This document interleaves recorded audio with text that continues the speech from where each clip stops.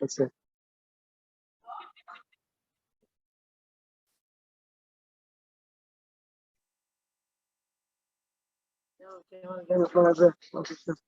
Okay.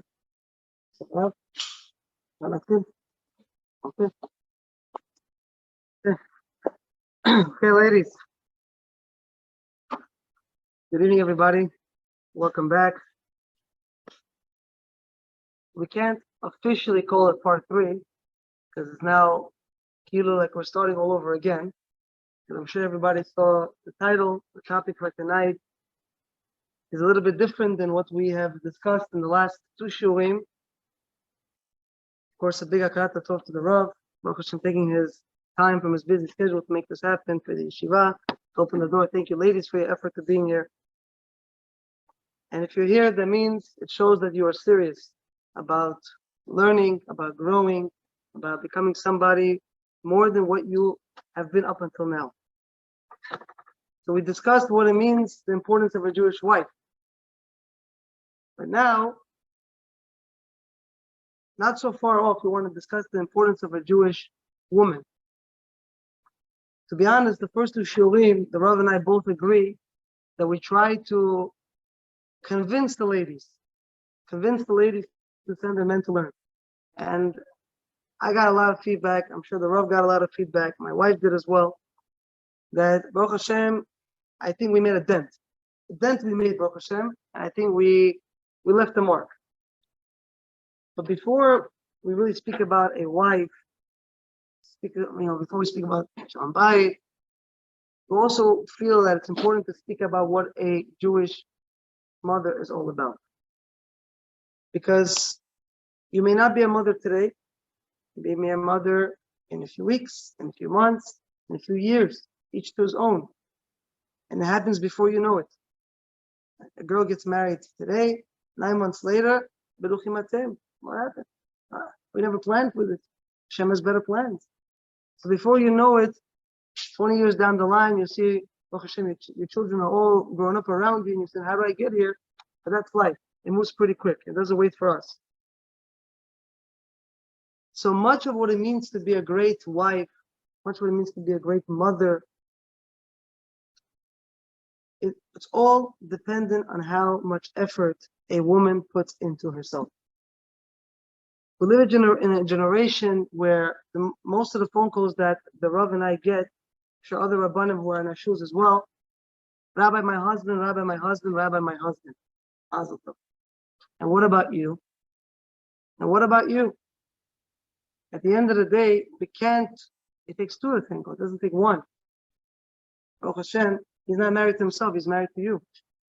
That means you're a partner. You're there for a reason. So we have to find out what is that reason. And it begins as a kala, then a wife, and then a mother. So our goal here is to give you the tools, the keys to live a more meaningful and fulfilled life.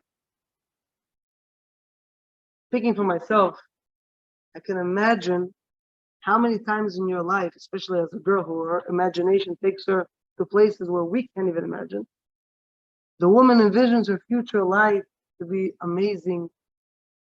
I'm not talking about in a materialistic or physical matter. I'm not talking about in that aspect.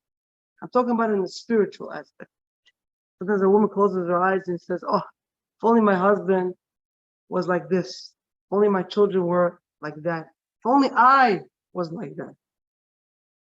The furniture is nice, the curtains are good, but at the end of the day, everybody would agree, if you're sitting in a mansion and there's no simcha, there's no fulfillment, it would be better to live in a basement with simcha and happiness and joy and a husband that loves you and children that respect you, as opposed to living in a mansion, every child in his own island, every bedroom.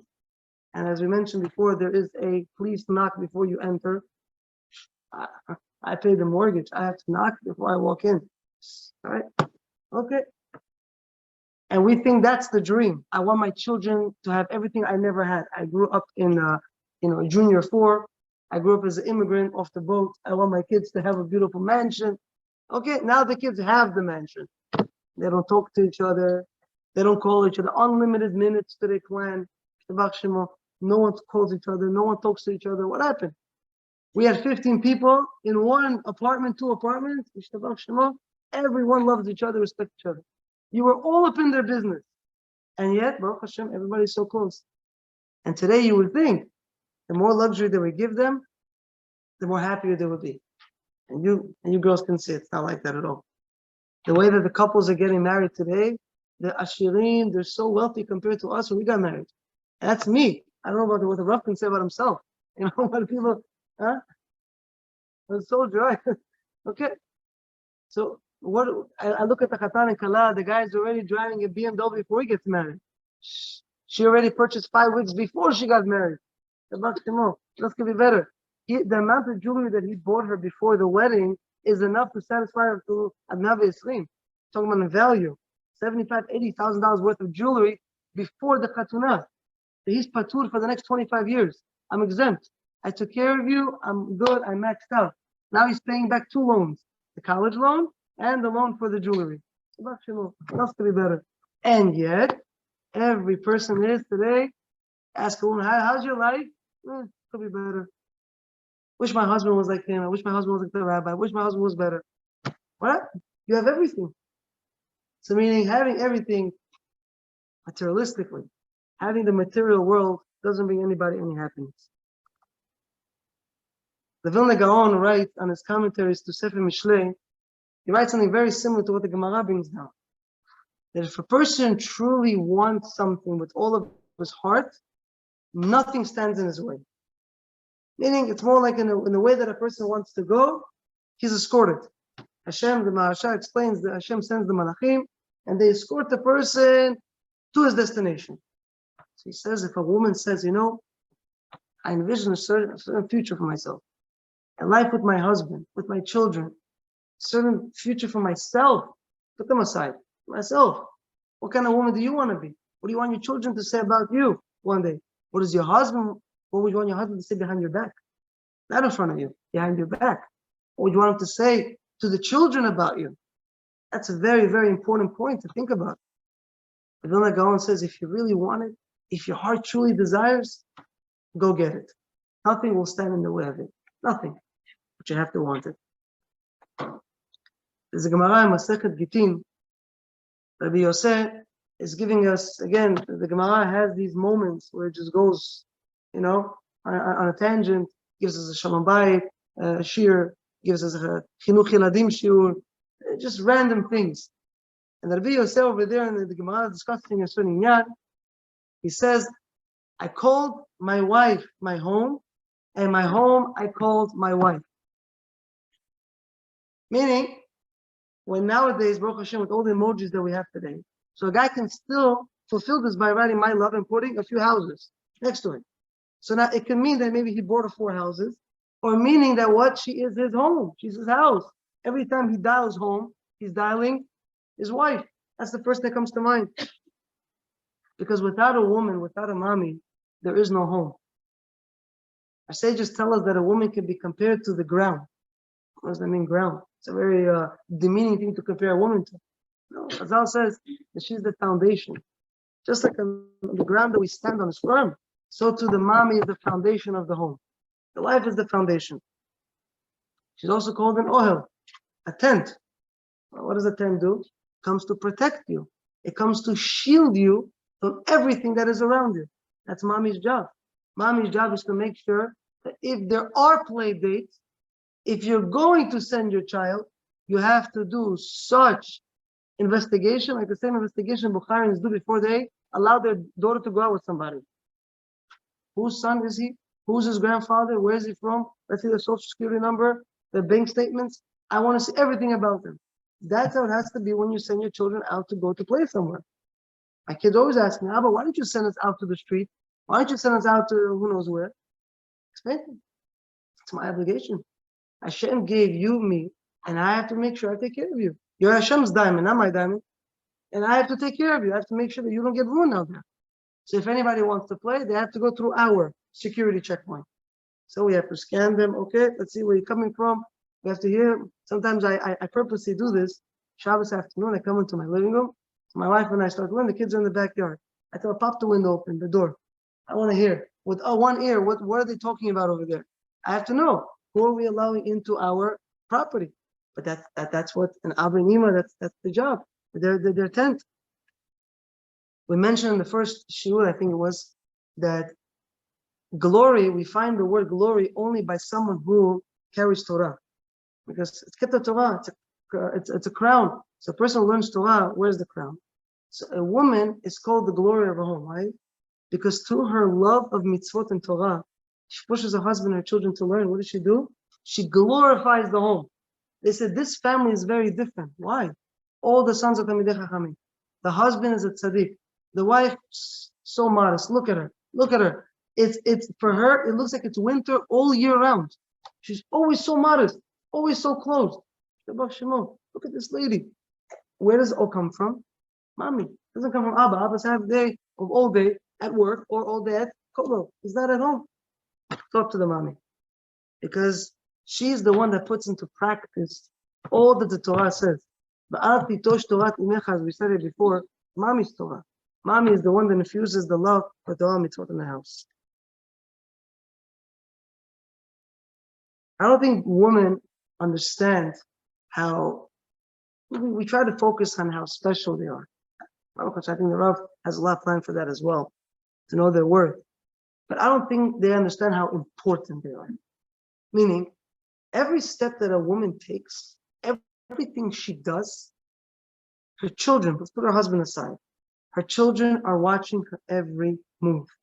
Everything she does. From the moment that she wakes them up to the moment that she says goodnight, they watch everything. They look at everything. And if you have girls, it's even worse. Because now who are they looking up to? Ima, because I'm a girl, I can relate.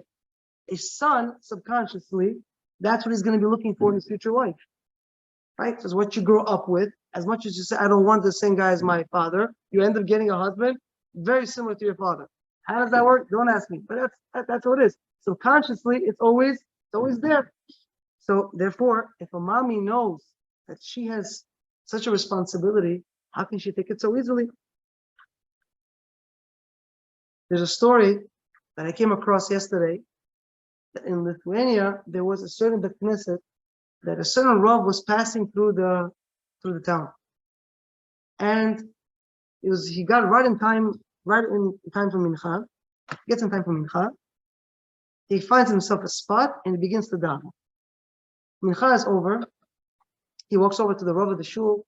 He's called, Rav, can I ask you a question? What is it that you guys have here? What did you put into the shul? With what stones did you build this place with? I've never davened a mincha like that in my life. It's the first time that I'm here, and I never davened a mincha with so much kavanah, with so much. I felt like Kadosh Baruch Hu. What is it? So the rabbi looks at him and says, "Where did you daven?" He says, "I daven in that corner over there." He says, that corner. Did you know that 150 years ago there was a rabbi by the name of the Vilna Gaon that davened in that same corner, and in that same corner he davened 3 times a day. You could still see that 150 years later, the effect is still there. Meaning in the place that you are, whatever you do, the effect is there. So if mommy is living in the house, mommy is no less than the biggest rabbi in the world. She is the rabbi of the world for the kids, for all they know. Like every child thinks their father is the biggest Talmid Chacham. They think mommy is the biggest rabbi, and that's because they're so naive. And it's good, because it's their trust and belief in us that should motivate us to want to be better, never to ever disappoint our children. So therefore, we see that the home in which we are living, it's your home court advantage. You have so much effect that you're putting into the house daily. I don't think people even stop to think and remember that there is a mitzvah deoraita. It's not look at nowadays what it is, but I think we could all agree for the nice big percentage of it. There's a pasuk, v'asu limikdash v'shachanti betocham.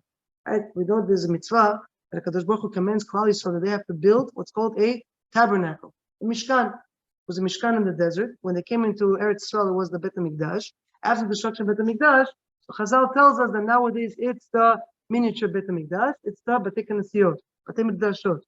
But if that is not good enough for you, your homes are also considered to be a mini Bet HaMikdash. And we'll push it even one step forward. More than that. If you look at the Pasuk, Basuli Mikdash, right? Betocham. What's Betocham? Within you. And Hashem says, I want to reside within every single one of you. It's not enough that my home is the place where Hashem comes in. Am I good enough of a person that Hashem wants to walk with me? That Hashem wants to reside and live with me? So much so, that's how far the Pasuk can be explained. So let's say a person gets married, and we give a blessing to Chatan and Kala, they should be Zorchet to build a Bayit in Mabba Yisrael, that the Shekhinah should always be in their home, as the Gemara says. It's a different world. So a couple gets married. They said, okay, I want my home to be a place where Hashem comes and dwells. The question to you is, what did you do for Hashem to dwell in your home?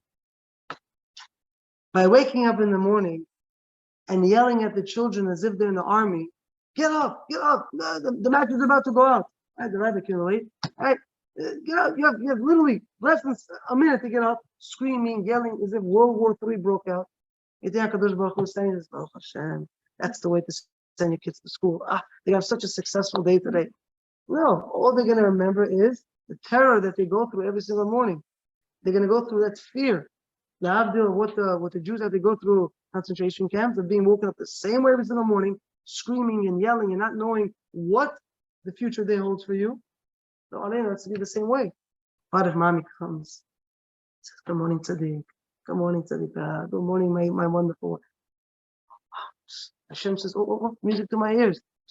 She is filling up the gas tank now for the child to go on his married day. Yes.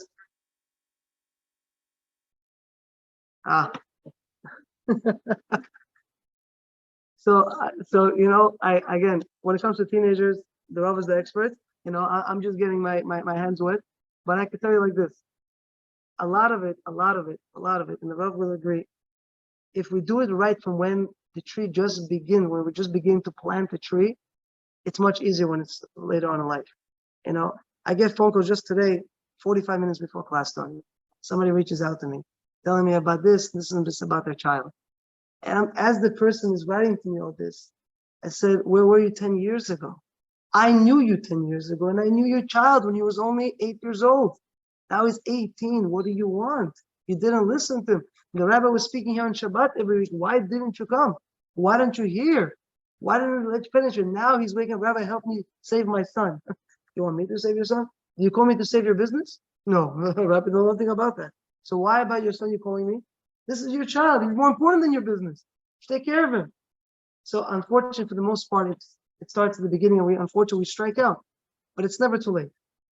And I once got that chinuch from I went to a training seminar a few years ago before I went to work in yeshiva. So it wasn't by force, but they asked us that it's highly recommended to go to a course in Lakewood and to go and hear a mumche, guy who's an expert in, I don't know, his name just completely flew out of my mind, but he's an expert, the Chavetz Chaim community uses him very much. Go to him, he goes shiurim on chinuch. I came to him, and it was a 2-day event, full day, mamash, full day. You start in the morning, you walk in at 4:30, 5 o'clock. Notes, all you're doing the whole day is writing. You have a small break, mincha, and the whole day you learn. And he said one line over there, because he was talking to us as fathers and as Rabbi. He said, it's true that you never get a second chance to make a first impression. It's true.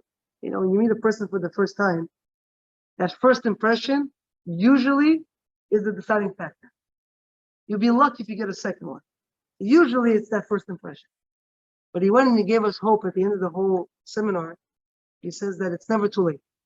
Meaning, even let's say you had trouble with your children, and you found yourself for 5-6 years being a maniac and screaming in the house, he told us, it's never too late to kind of take a few steps back and to kind of reset the system. So it's possible. It could be harder with an 18-year-old boy as opposed to an 8-year-old boy. It's true. But again, that's Rabbi in every case, of course, is judged individually. So nowadays, as we said, the Mishkan is our home. So Hashem wants to reside with us. He comes and says, I want to be with you. So much so that Pirkei Avot, right, in Perek Bet, Mishnah Aleph, says, Ayin Ra'a ve'ozen shema'a.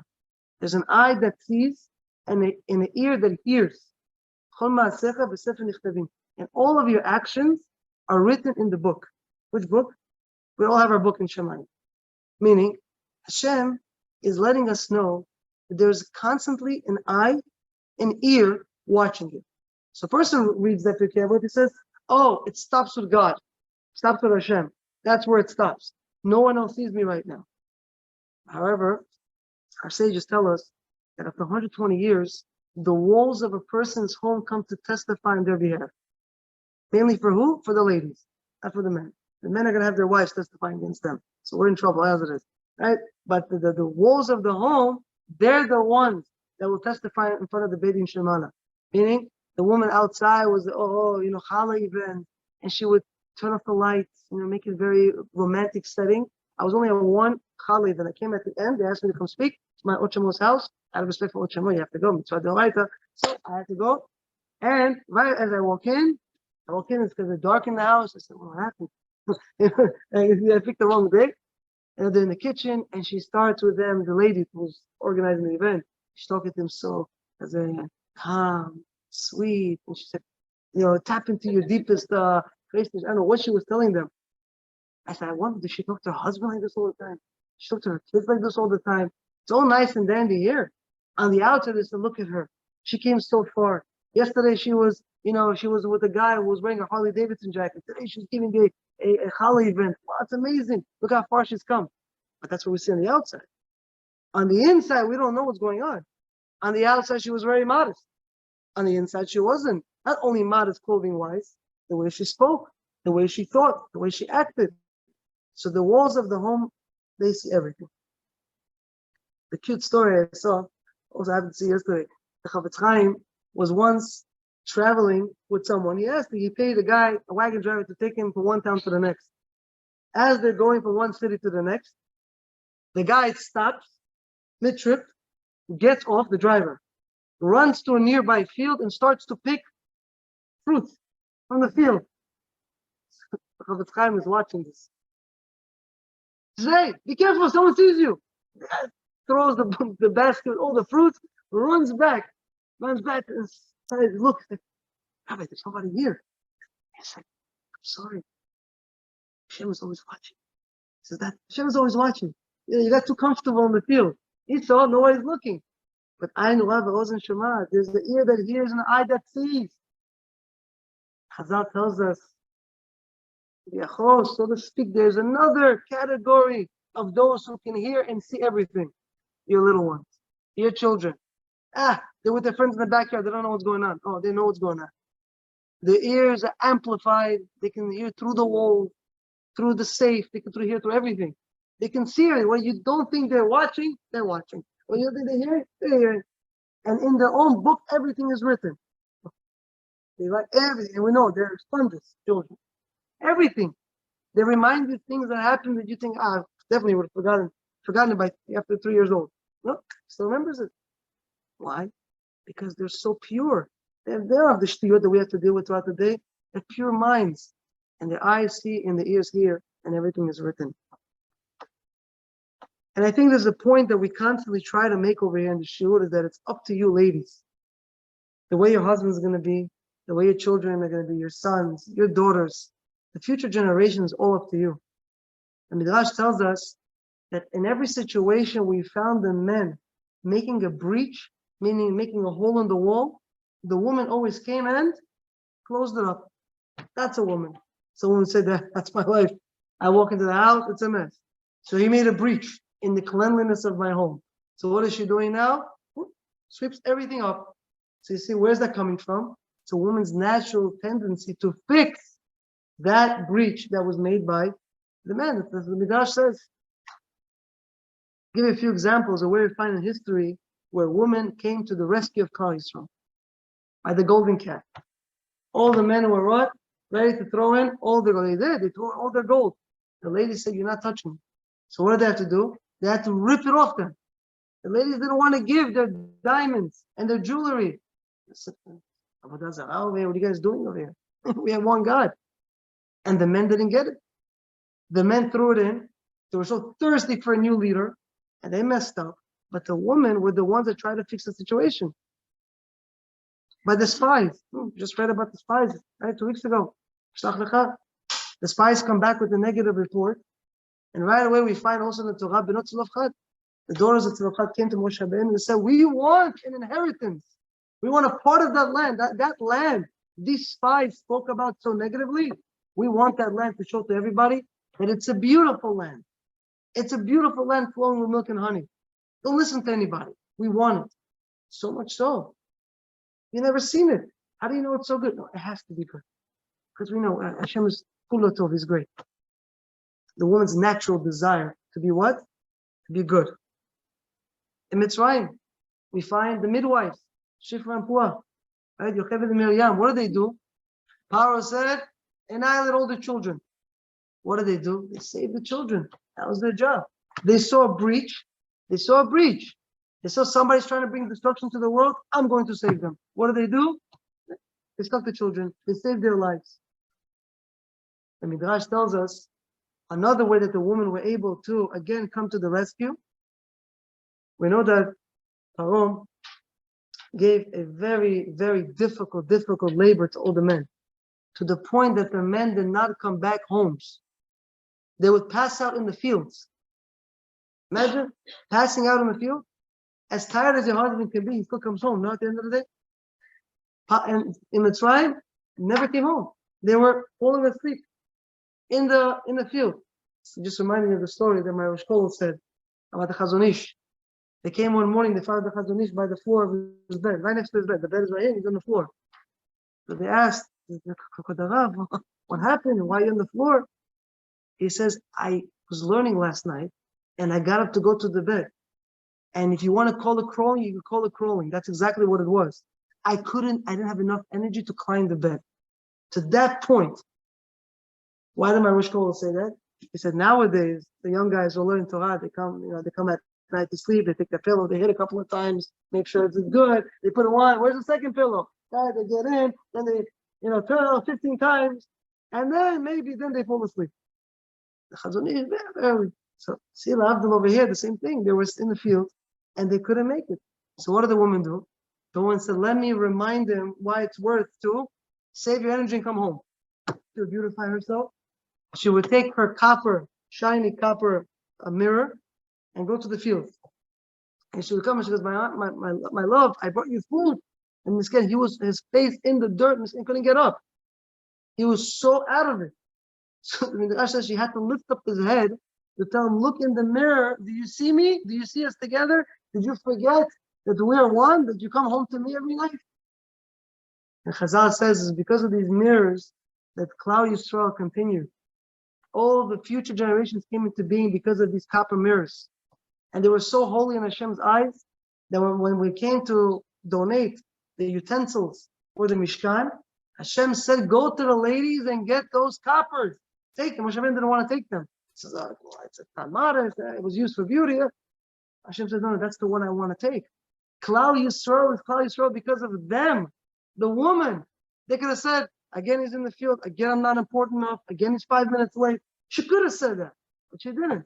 She beautified herself, which she's supposed to be doing every day, and she went to the field. And she put the copper thing. She picked up his hand and says, Anna, look, let me remind you that you're a married man. Don't forget about me. And what did they do out of that? They made the kiyor out of it. What's the kiyor? The kiyor is what with the basin, the washing basin, with which the Kohanim would wash themselves before they went to serve in the Beit HaMikdash and in the Mishkan. You believe it? These same things that were used for you. Come on, just to show that you're beautiful in your husband's eyes. Hashem says, yeah. Because that's how much a woman means to Klal Yisrael. Everything she does for her marriage, everything she does for her family, they don't take it lightly. Famous story that happened with the Chafetz Chaim as well. I've heard this numerous times, and the more you hear it, it's always a new version to every story. But for sure, it's true. Just everyone has to give their own, spicing to it.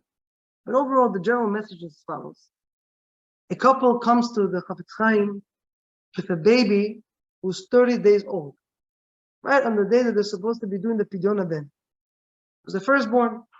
They bring it to the Chafetz Chaim and said, for the Rav, please, we ask of you to bless our baby so he can grow up to become a big Talmid Chacham. Torah scholar, just like you. Chafetz Chaim looks at them, looks at the baby, he says, you're too late. Rabbi, please don't take it offensively. We wanted to come before the break. Snowing, it's tough, So you just hop on a Uber over here and just lift, and you're there in 15 minutes. Nice trip. He says, no, even that was late. He says, when we were supposed to come to you? He says, you should have came to get a bracha for yourselves before you guys got married. Because the way you are, that's the way your children are going to be. So if this is already a product of what you guys have been up until now, I'm afraid my bracha will not work. That was the Chafetz Chaim. Today, come, I'll give you a bracha. Make a donation to the shul, I'll give you 10 times better bracha. And he said the truth. He didn't care. He said, Tachlis. Sorry, you're late. If you don't invest in yourself, no bracha is going to help them. Mommy's tefillot will help, yes. But tefillot also don't just work. You can't just change the mezuzot and think that your shalom bayit is going to be amazing. Rabbi knows what I'm talking about. Hi, Rabbi, I have a bad eye on me. Why? What happened? My husband doesn't talk to me. Maybe it's midah keneged midah because you don't start talking lashon hara. A woman calls me, she had a cold sore. Cold sore. She goes, Rabbi, ayin hara. I said, ayin hara? I said, do me a favor. Lashon hara. I said, there is a ra. There's something bad in there. Lashon hara. Start on lashon hara. I guarantee you will not have this problem. So what? We run through the mezuzot right away. We change the tefillin. But there's so much more that we have to work on, and that's ourselves. Shlomo Melech writes, "Kamayim hapanim lapanim, kelev ha'adam le'adam." The same way that the water reflects a person's image, so too two hearts.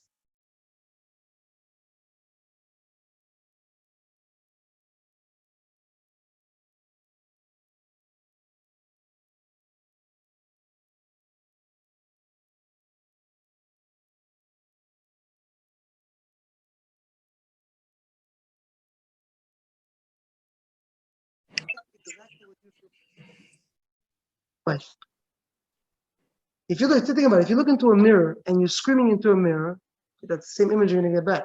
So the husband comes home and he's yelling. He can't almost say, Rabbi, why does she yell? Questions to you, why do you yell? Rabbi, why don't my kids want to learn? I send them to shurim, they don't go.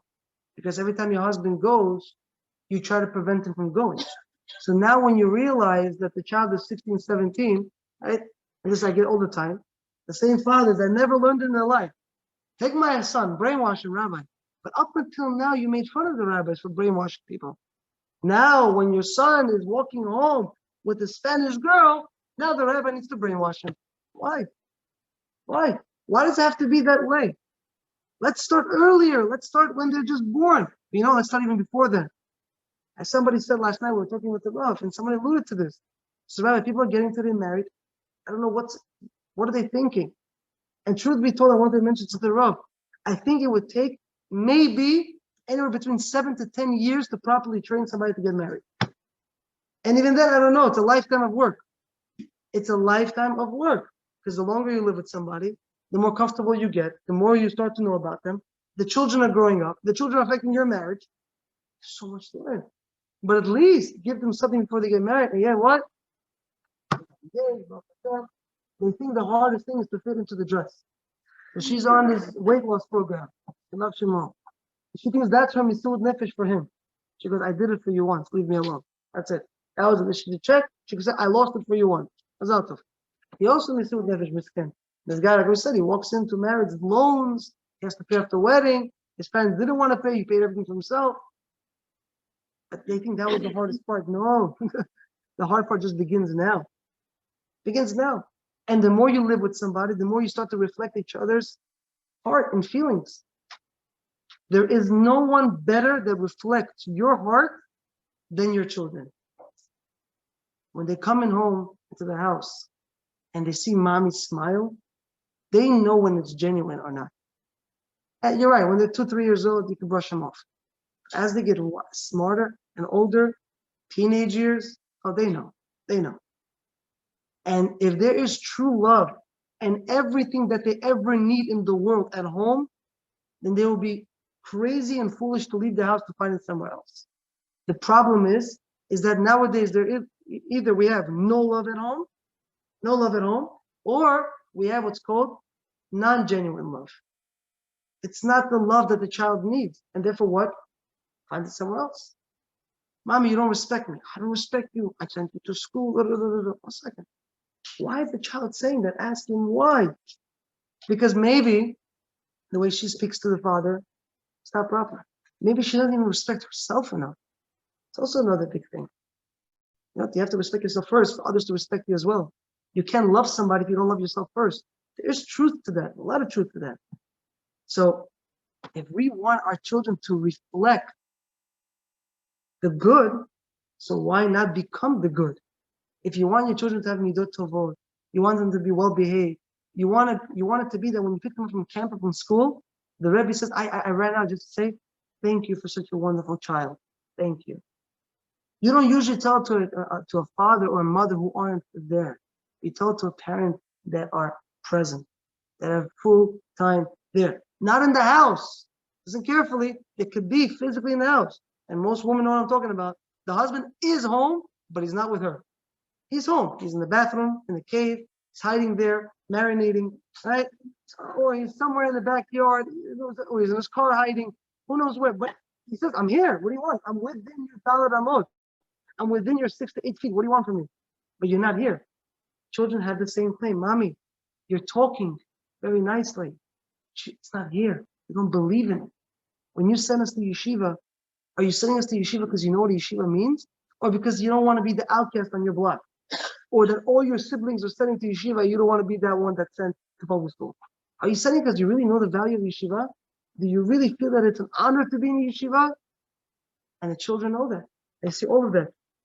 And unfortunately, if we're not giving it to them, I've heard many parents, my short, tenure working in a school, oh, Rabbi, the child is missing something. I'll tell you what he's missing. He's missing what the parents don't have. He's missing what the parents couldn't give him. That's what he's missing. If the parents gave him love, he would have love. He would love somebody else. If they gave him Derech Eretz instead of Netflix, he would have Derech Eretz. What do you want from the child? He thinks throwing the bag across the room at somebody's head, that's the way you deal with problems, because his father throws him from one end of the living room to the next. That's what they do. But if the father and the mother had midot tovot, they spoke, b'tzura yafa, of course the child would do the same thing. So it's all dependent on who we are. So now the hard part is, we'll finish up with this, and we have a lot more to say, but I don't want to take the people's precious time and the rabbi's time. Naturally, we don't like to look at our own missteps. We don't like to look at our own misdoings. Right? Chazal tells us a few places that usually we're very quick to find the other people's problem. No problem.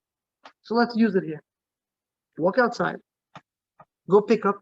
Take one day. Don't let your kids go on the bus. Go to pick up. And watch the other parents. Go to shul on Shabbat. Watch the kids' program. Which parents pick up the kids? Go to a restaurant with your kids. Watch how other kids behave next to their parents. Right away, what do we do? Look at the child. Look at the child. Look how he eats. I'm not saying it's a good thing. It's a horrible thing to do. But since anyways, the nature of a person is to do that, no problem. Let's learn from other people's mistakes.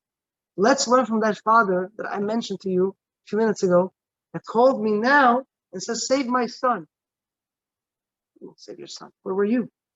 So the lesson from that is, let me save my own son now.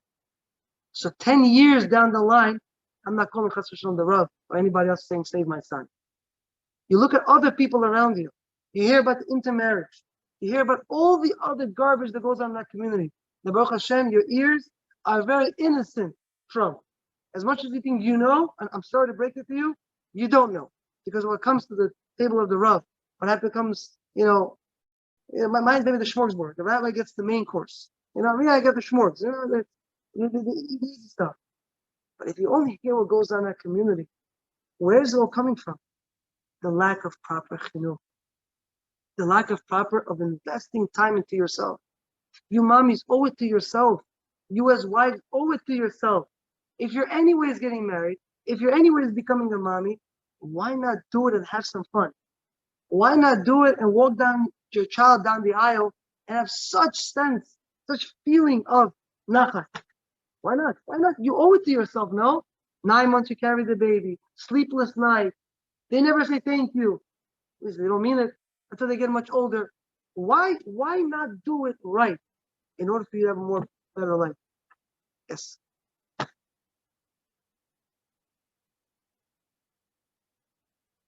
That's what we spoke about in the first two classes. 100%. The first two lectures we spoke about, I'm not sure if you were here, apologize. All right, we'll try to get the information over to you, but that's usually where we try to put the men through a washing machine here. That's our job, but now we have to build the ladies as well, because like you said, it's a two-way street. Over here, if you ever walk in here at nights, you'll see the Rabbi Baruch Hashem is hitting them over the head with the hammer. I have my hammer. Everyone else has his hammer. We're trying to make some effect, something. All right, so now we're sending them back home. We're telling basically telling the ladies, can you please nurture him till the next class? Can you water the flower? Can you water the pot until he gets back to me? He comes back flower dead. Next flower, what happened to you? She poured poison all over me. Gasoline. What happened? I asked her to put water on you. So now why is she putting water? Gasoline, I'm sorry, because she didn't know how to put water, which water to use, which H2O is okay for her husband. So that's what we try to do here. It all starts from us. Our job is to grow. That's what we made the shiurim, to give you ladies a chance to feel good, successful, and you owe it to yourselves. You are the foundation of Klal Yisrael. Every time there's a breach, you come to save the day.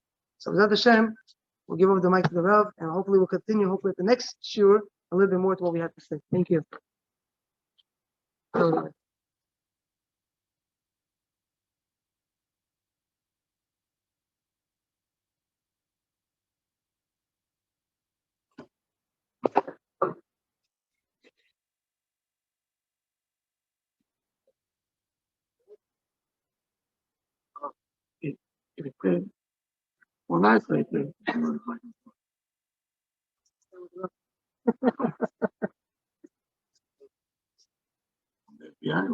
Yes.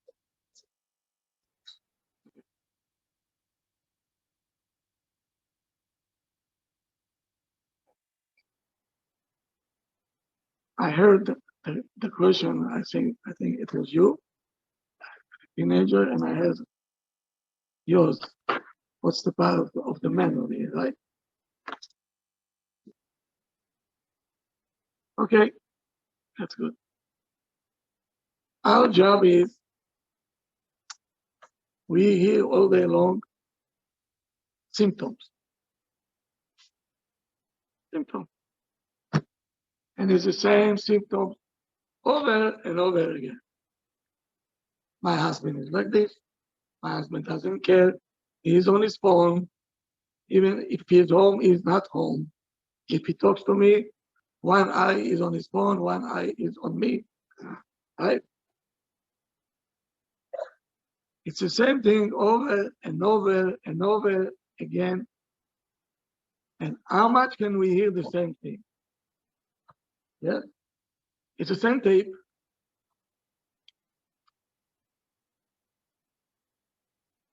But this is not the problem. This is a symptom to a problem. The problem is, why he's not talking to you? That's where we have to investigate. Maybe he doesn't know how to communicate. Communication is an art.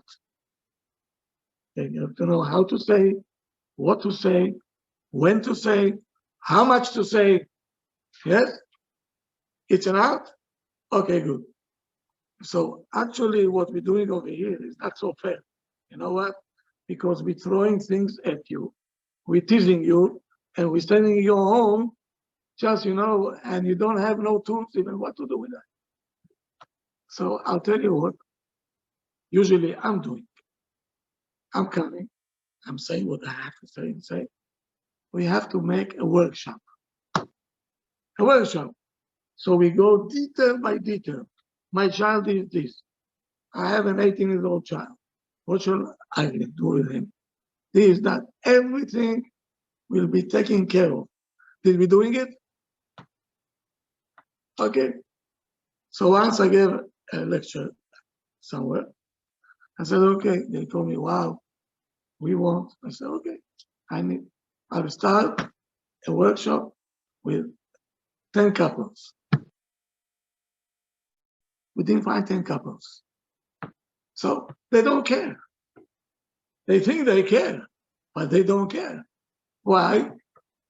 They think that the Chala will fix up the problem, right? Everything's going to be okay. Now I hear there is a new thing in town, dimensional therapy. I don't know what it is. What kind of therapy? Everything you throw it to the garbage can. I promise you, it's not going to work. It's not going to work. There is no shortcut. So to deal with 18 years old child or 16 or 15, with 15 years too late. And to you, I want to say, right? Well, the husband over here, why when everybody falls, you say, hi, Ima, right?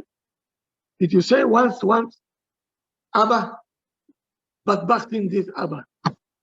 They're working day and night, and when the child falls or something, they say, mommy, even in this situation, she says, hi, where's my mommy? Ima is the main pole. What the child gets from Ima, it will never get it from Abba. Never. Abba is only a mother, okay? Which we have to talk about it. But Ima is the main pole. So don't feel bad about it.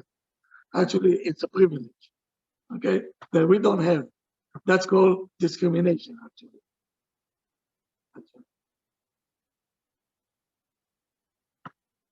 Okay, so today I'm going to take a turn, all right?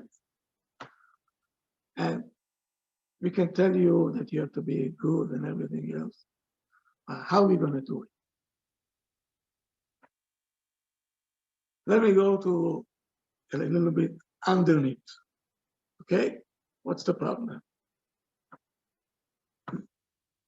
With my work, I see many times that people don't feel good about themselves.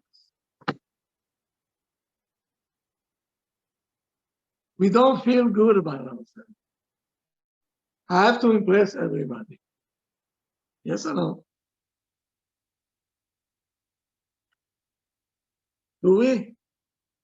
Tell you a story. It was a man, Avrech, in Bnei Brak. He was very capable.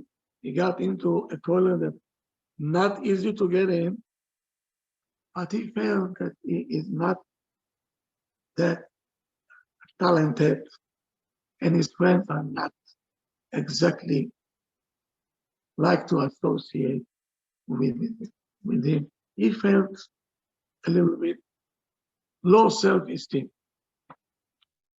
One day he's going for lunch, and he's passing by a hat store, hats.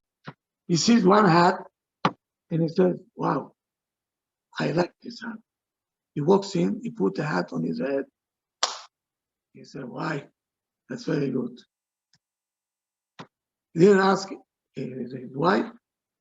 He bought his hat, put it on his head. He's going out. Pito, the whole world.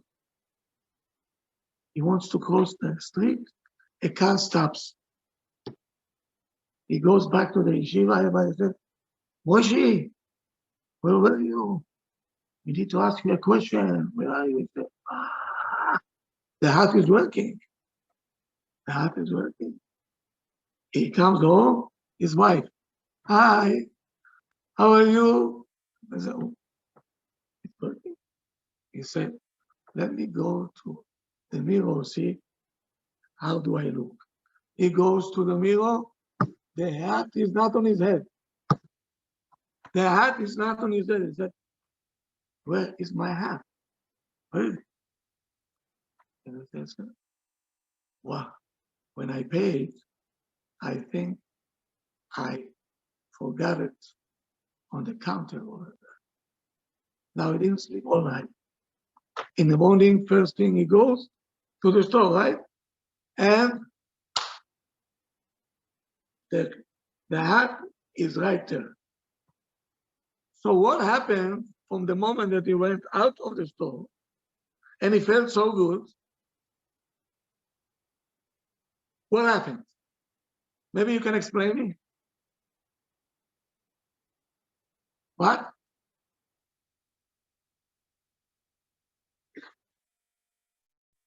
Meaning he felt that the hat make him who he is. That's what it is. Oy vavoy. So listen to this. There is Rabbi Hutner, he was the Rosh Yeshiva of Chaim Berlin, who was a mastermind. Listen to what he says. The imagination of a person faking. And he said, if you're not going to find favors in people's eyes, right, you're worthless. And he said, the fake is so original, the fake is so good that the person forgets that he is,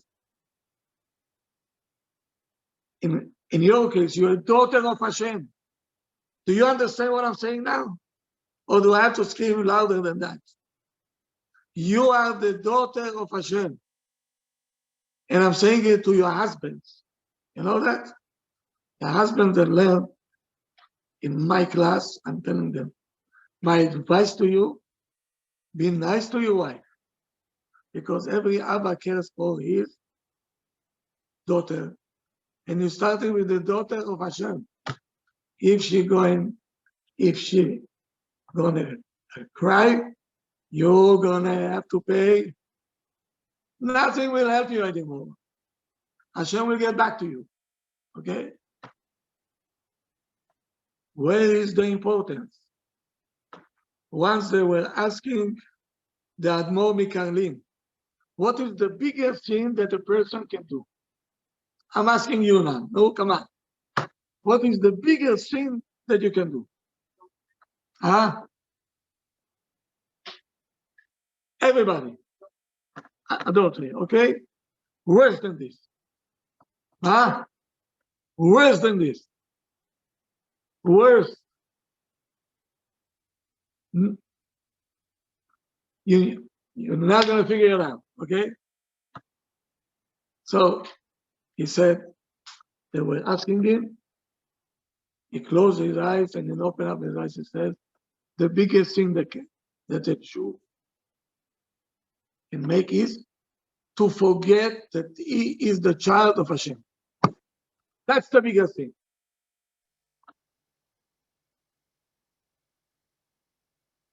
Why do we have to look what this one will say, what this one will say?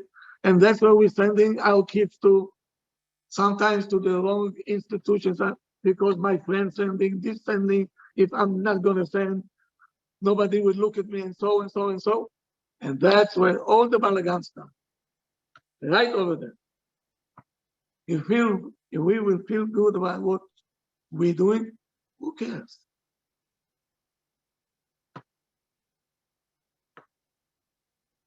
Two weeks ago, we read about the spies, right? That came back from Eretz Israel after 40 days. What did they say? They said we saw giants. We felt like grasshoppers. Grasshoppers. And that's how they looked at us. Rashi is saying something very interesting. Rashi is saying that the giants were talking to each other and said, we see ants over there, look like people, ants. Why Rashi changed it? The Torah said grasshoppers. Why Rashi said ants? And the answer is, when you feel about yourself that you're a grasshopper, the other person will look at you like an ant. Much smaller than this. Because you're not original, you're following. Are we original? Huh? That's it. And that's caused all the problems.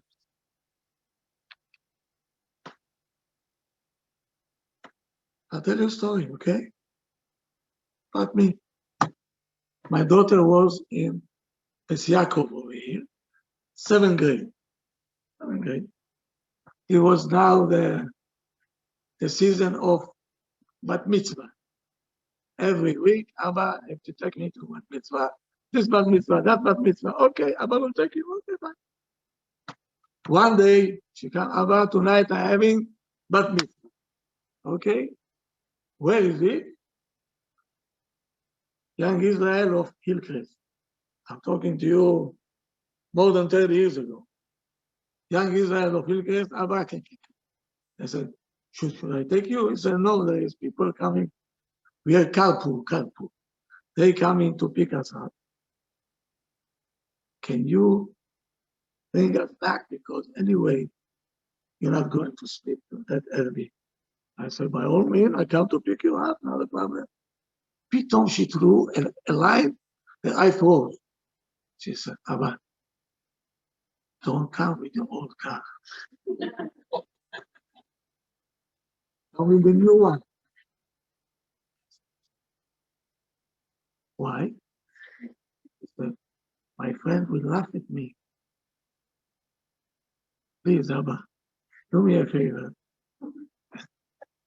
And she knows me that I am a man of principle. I said, Ima will come to pick you up. I'm not going to.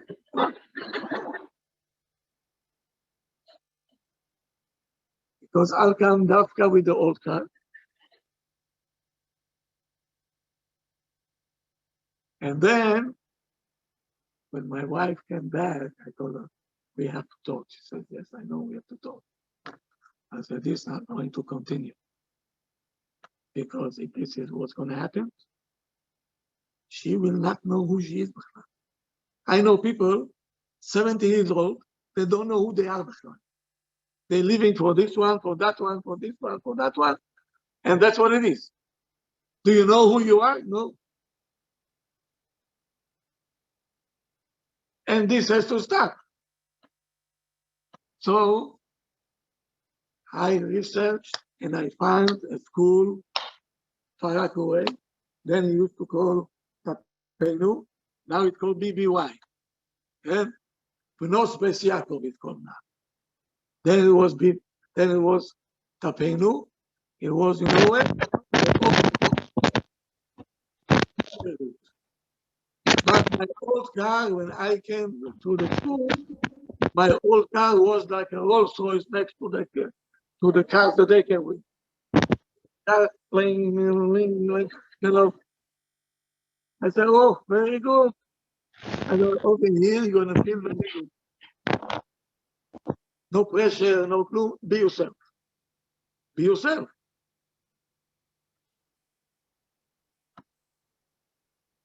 Shaul HaMelech, why did he lose the kingdom? Why? Why did he lose it? A king. A king. Shmuel came to him and told him, what did you do? I said, what did I do? Well, my heart, you know, I couldn't kill babies. I couldn't kill the animals. What did I tell you? You're a king. You do what we told you to do. Where is your backbone? Listen to what he says. Kiareti etam. I was afraid from the people. Huh? And I listened to them. Are you listening to them? Okay.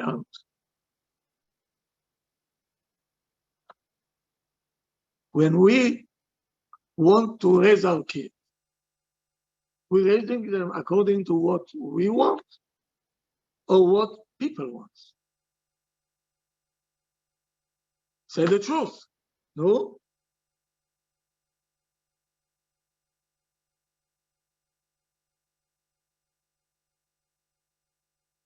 So I'll tell you what you want.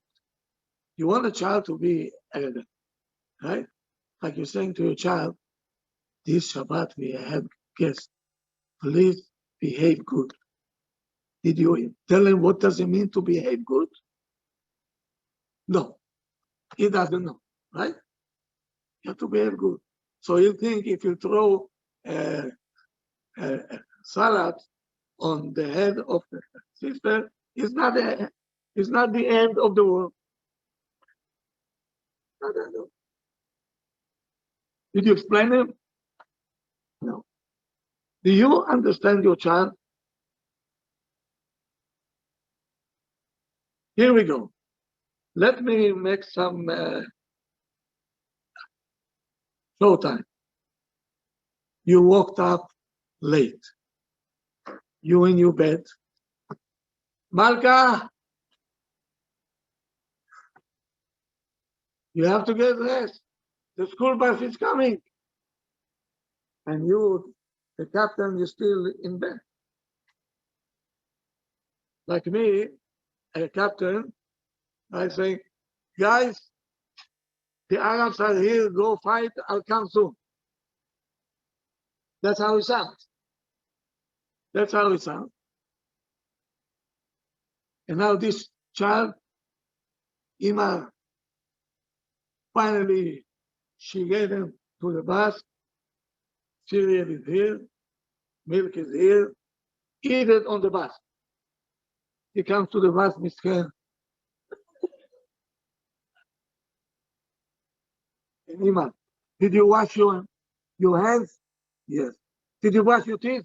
Yes. Do.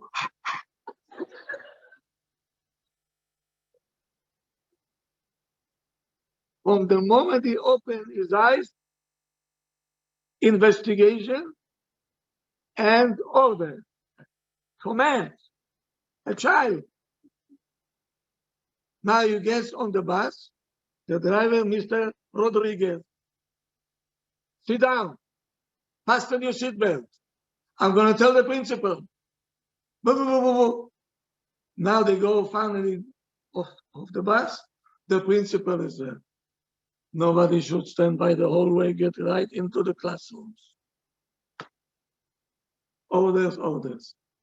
If he picks on his hand, the teacher is there, have to stand up, sit down. I need to go to the bathroom. Not now. Sit down. Where is your homework? Ta, tu. Orders.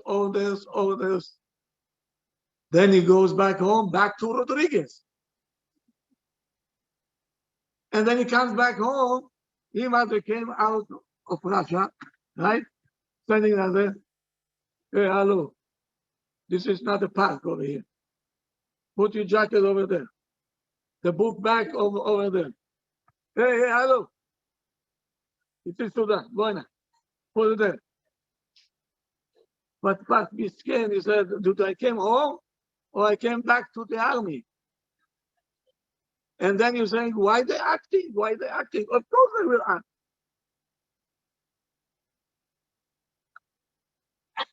Eat. I don't like this food. What?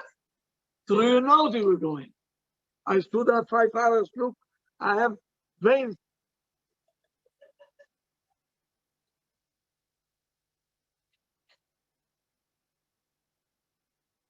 We don't understand this child. We don't understand it.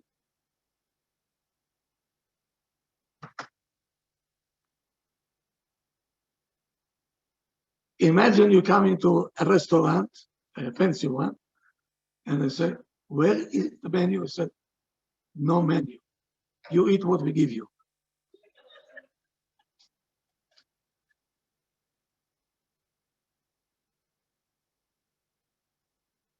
Why are you laughing?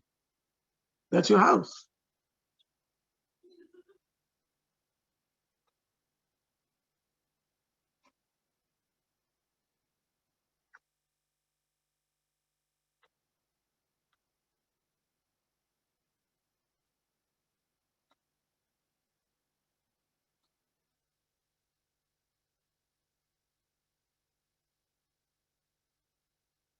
So we're not original.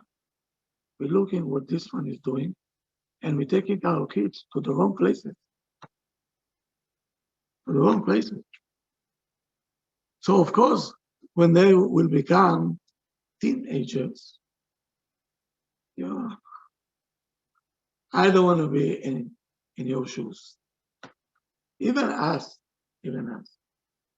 we have to, so many prayers, taniyot we did,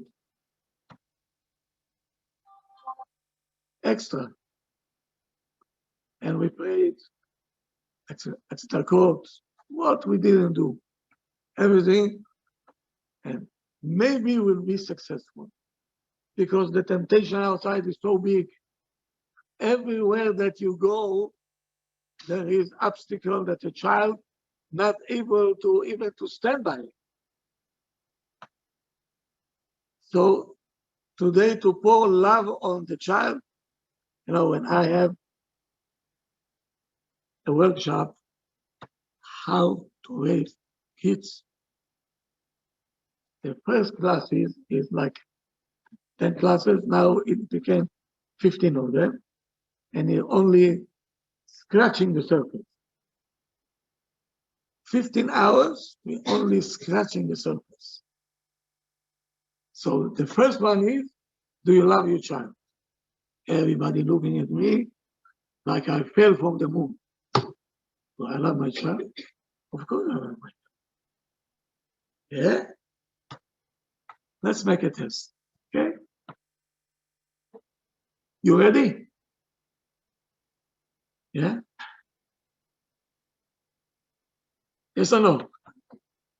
Did I challenge you? Okay.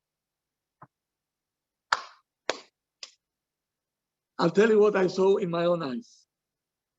In Israel, okay? I was in a minibus, sitting all the way in the back, and in front of me there is a lady with her friend and a child, maybe 3, 4, 5 months old. And the child, we now taking a ride from Jerusalem to Tel Aviv, okay? To Bnei Brak, actually. So it takes at least 1 hour. Very good. Now she comes with the child, and the child in the middle of the way, from the sound of the motor, he wants to sleep now. And he must say, Moshe, you cannot sleep, Moshe. And the friend saying to her, he wants to sleep. Don't touch the child. He said, no, if you sleep now, I'm not going to sleep tonight. Moshe, like Sukkot came back. Lulav, he became a lulav, Moshe, eat it. And she had toys, and the child was his head. She taught the child for half an hour, and I'm sitting in the back, and I want to say something.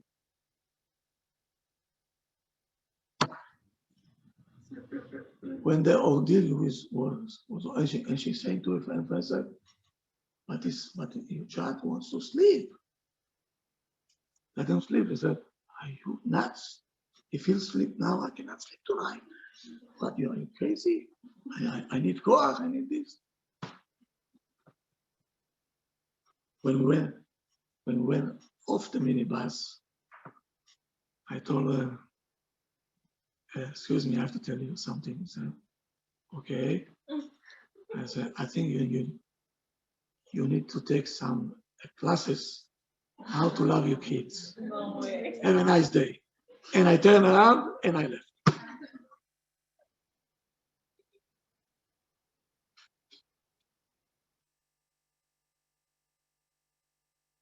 Did you love the kids? Or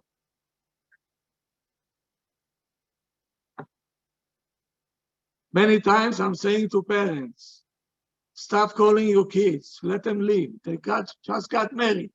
Leave them alone. Leave them alone. Okay.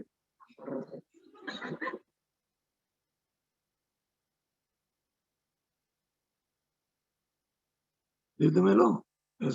But we all by yourself. This is your problem.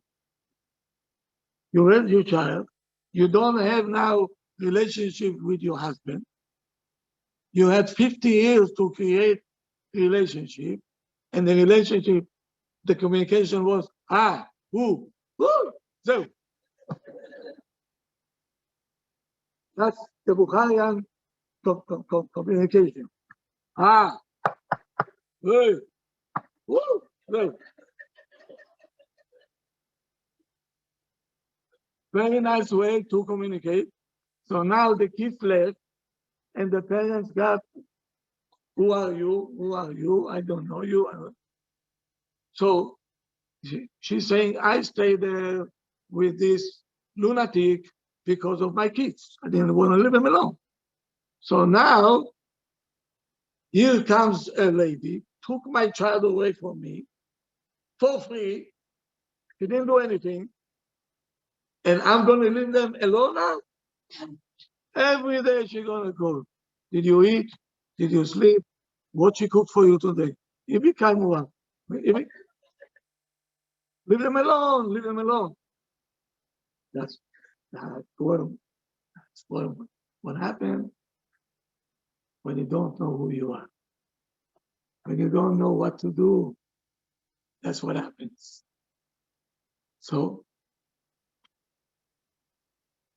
you, the mothers, you have to come back to be original. Original Ima. I'll do what is good for my kids. You don't like it? Tough luck. Okay. Why we have to feel? Right? When the school will call you and say, your kids needs evaluation. Let me tell you something. If I was today a kid, I think they would have given me the whole pharmacy. Everything. Any pills that there is on the shelf, they will give me, and they're going to say I'm ADD, ADHD, maybe autist. I don't know what they're going to call me. But I'm fine. You say I'm fine. I'm good. Why?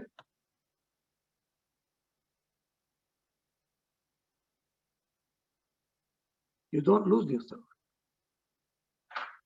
If Hashem gave you a child, and let's say is a little bit, as we call it, I don't call it like this, a difficult child, meaning you have certificate from Hashem, not from college. Hashem gave you a certificate. He said you are the only one that can deal with this child. You have my stamp. That's why I give you this child. Deal with him.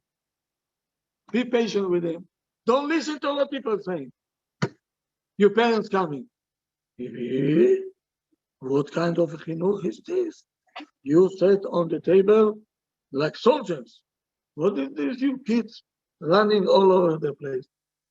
And you right away, I'm going to kill you. Sit down. Sit down. Yes or no? That's what you're doing? Because we feel heat. Instead of saying, you got me as your child. You were privileged. Because you only a nurse. So I was a good child. Hashem says, you a nurse, I give you a good child. To a surgeon that learned many, many years, Hashem give difficult children to give them. Because you know how to operate, you know how to speak, you know what to do. A nurse, what she can do, okay? Maximum, if she's gonna take the blood, that's the maximum that you can, that's all.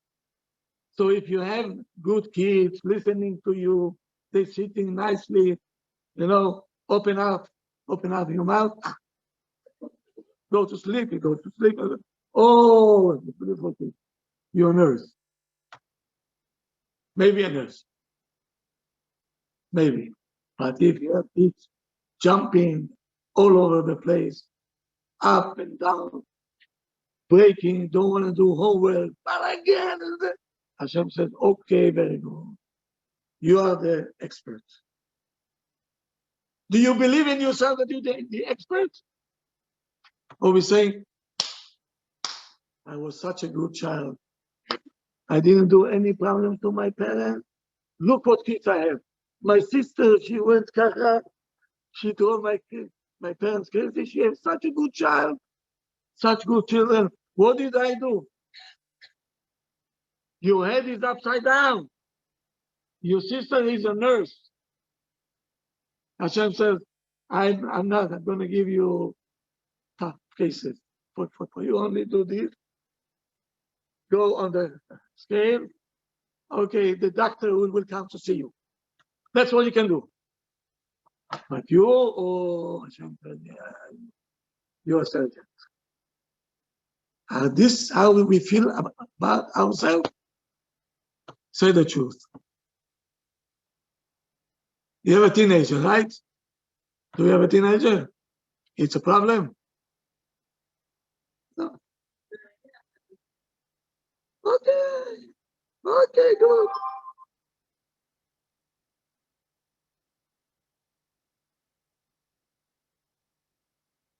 To every parent I said, how long you think he will sleep? Every. Go on.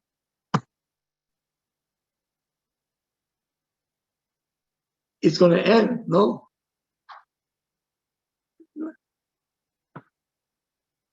Don't worry, Hashem have a plan for him also. Have a plan for him. So, we have to believe in ourselves. That's number one. If you do not believe on yourself, every lecture is a waste of time. It's a waste of time. If you know what does it mean Bat Israel, if you understand what a Jewish woman means, what Ima means, Ima. Who you are, many times I see the people address not according to what she wants. Be'emet, she is Sanua. Inside, she wants new. She wants. But what to do? Today, everybody going to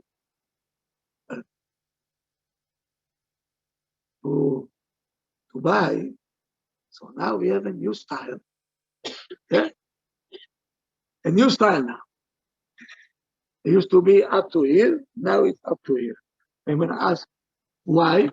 I say, it's too hot. I didn't know. I never knew it. Now I know, Baruch Hashem, okay, that from here until here is hot.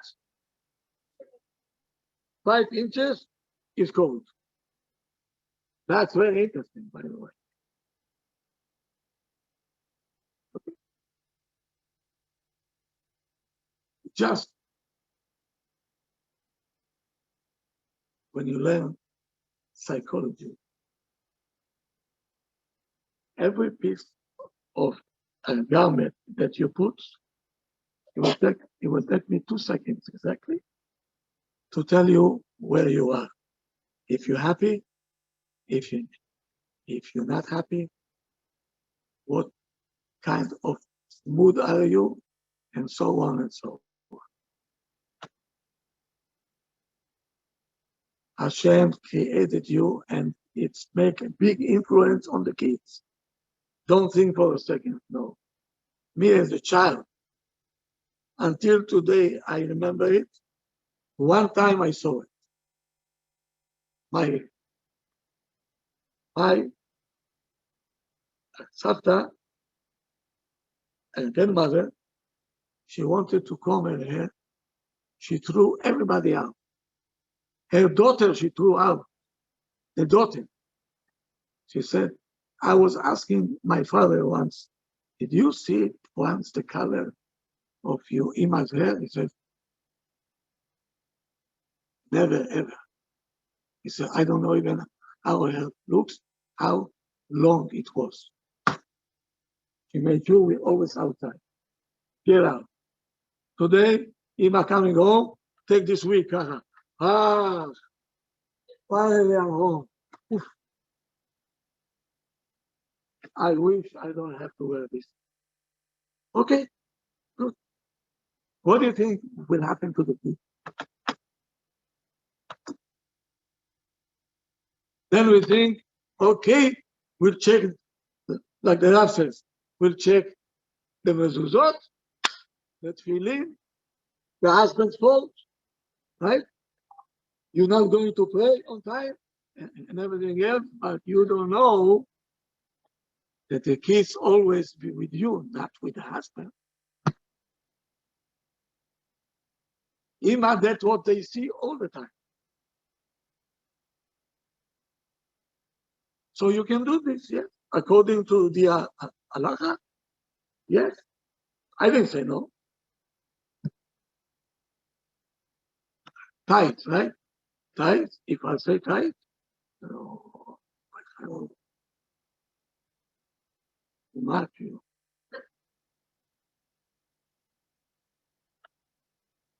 Right? Tight. It's too hard. So we think that we will go against Hashem will and will be successful. Okay. Try it. I will tell you it's not going to happen. And yet, why don't we say, thank you that we have legs what to put tights on? You know, I have a friend from the army. They cannot put tefillin anymore. They cannot walk like normal people anymore. I went one time to visit them in the hospital. I don't want to see it one more time and say, I'm not coming to visit you anymore until you're going to get home. I almost lost my mind there. Friends that we used to play, they cannot play anymore. One told me I had to fight with the surgeon. He wanted to cut my hand. I told him, at least leave me enough over here so I can put the bite of that tefillin. Not a, okay, this no, but at least I have where to put his bite. He was fighting with the surgeon. So we have legs, we can walk on the leg, and yet we say to Hashem, are you normal? What, are you out of your mind?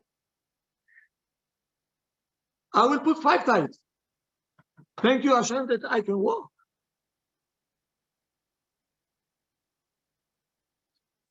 And beside the benefit that the kids will have from it,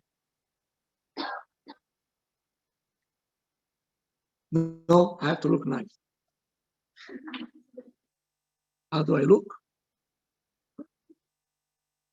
Okay. Then when your kids will start to make it, you don't have any more time to do this, to do that.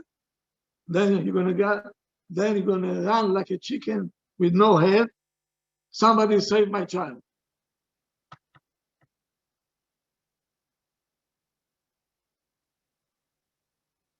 So what? You know, when Yaakov gave the blessing to his kids, and Shimon and Levi, what did he tell them? Hamas, you know what Hamas means? You thieves, you too. You stole the profession from Esau.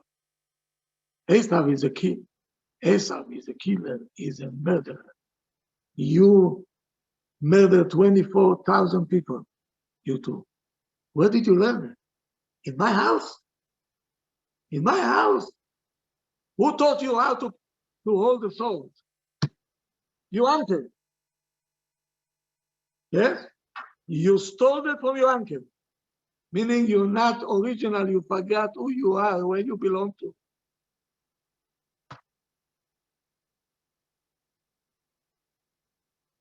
You should read it.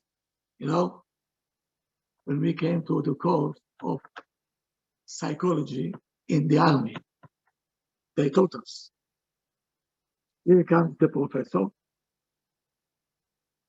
and he tricks everybody. We're sitting 9 guys. Here comes guy number 10.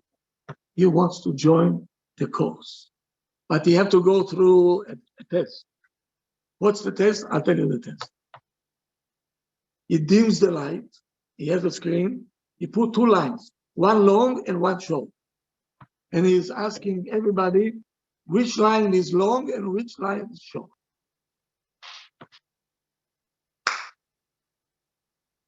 Number 1 said, the long is short, the short is long. The second one, the same thing.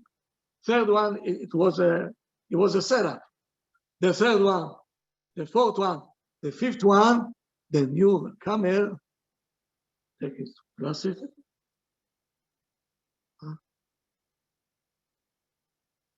How can it be? I see the opposite. 7, 8, he changed his place. He said, maybe I have to change my place. 9 came, saying the same thing. Long is short, short is long. When came his turn, what do you think he did? What did he say? What did he say? Huh? No?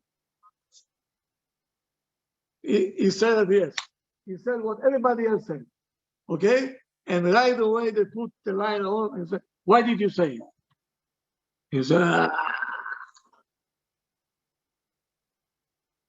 I didn't want to be, like a, Papa said, you're not belong here. You're not belong here. You're a follower. Why can't you say, hey, you guys? I think you kasoi. You have the long is long and the short is short. Why did you change it? Because everybody said, I have to say also. Did you look at the weddings? Did you look at our weddings? Tell me, what is original there? Tell me one thing.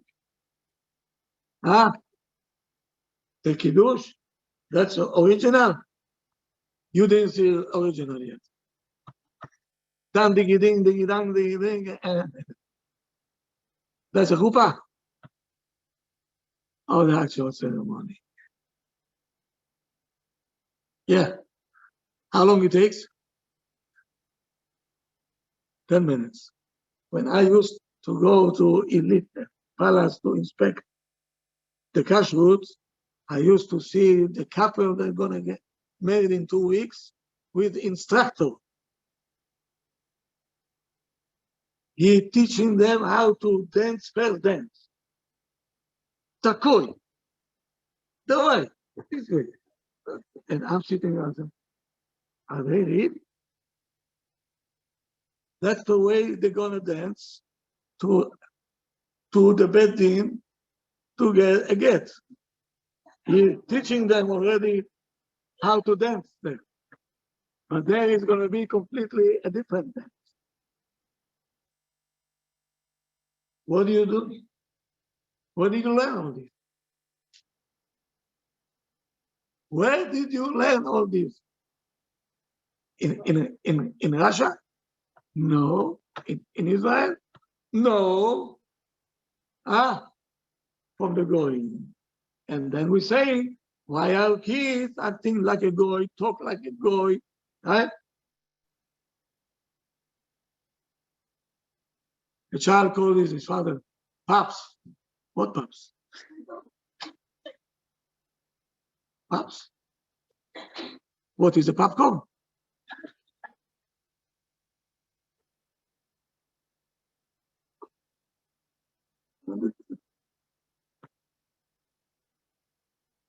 because we lost ourselves. We have to get back. You, the daughters of Hashem, start to walk on the street. Here I am. Covered, head to toe, no less than the Queen of England, right? And this is when you're covering your head, this is the crown, right? And you walk in there, people say, you look like a babushka. Thank you very much. Okay? Thank you very much.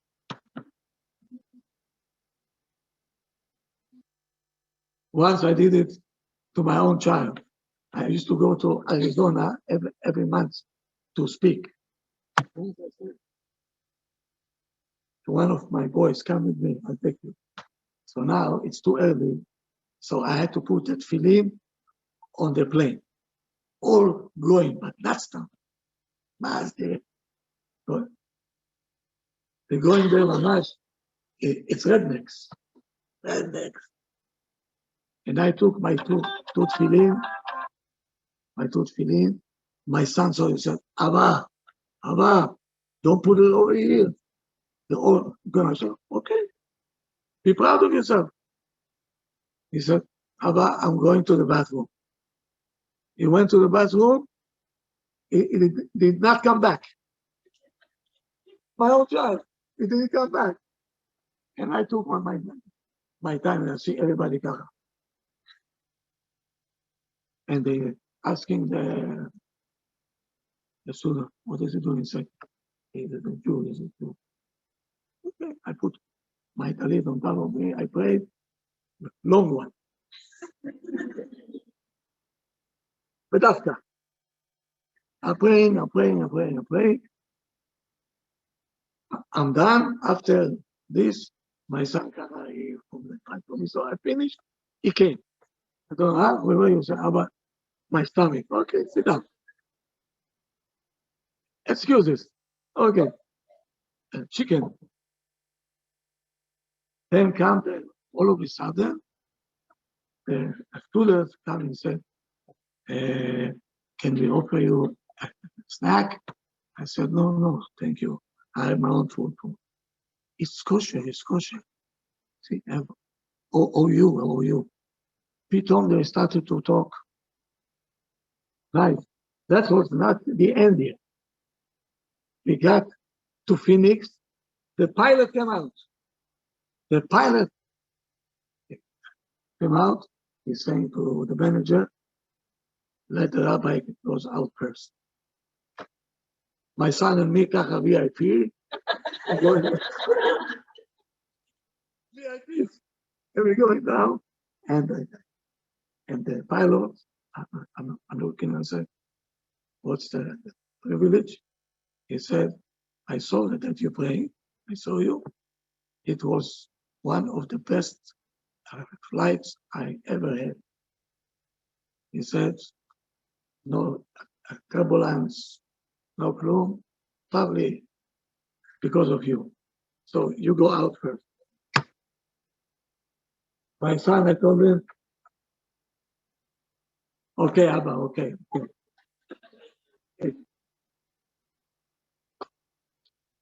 Be original. Why do we have to hide? When your kids will pick it up, you will see different kids. They see that we are, so they do the same thing. They see that we, one day we're like this, one next day is this, next to this one we act this way, next to that. So they do the same thing. Why are we upset with them? What? I think we have a lot to talk about. Our time is up. It was very nice to talk to you.